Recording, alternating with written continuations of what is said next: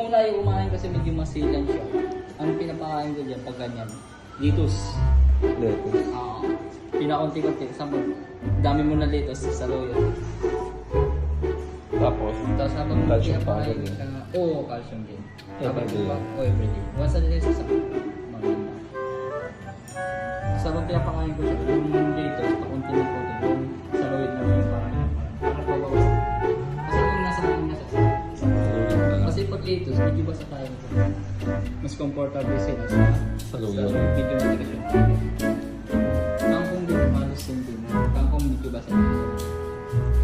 Yung tubig kasi yung set ng tubig. Pag pellets, kuya. Pag pellets na naman yun. Mas gusto ko kami ng pellets kasi may vitamins. Medyo nga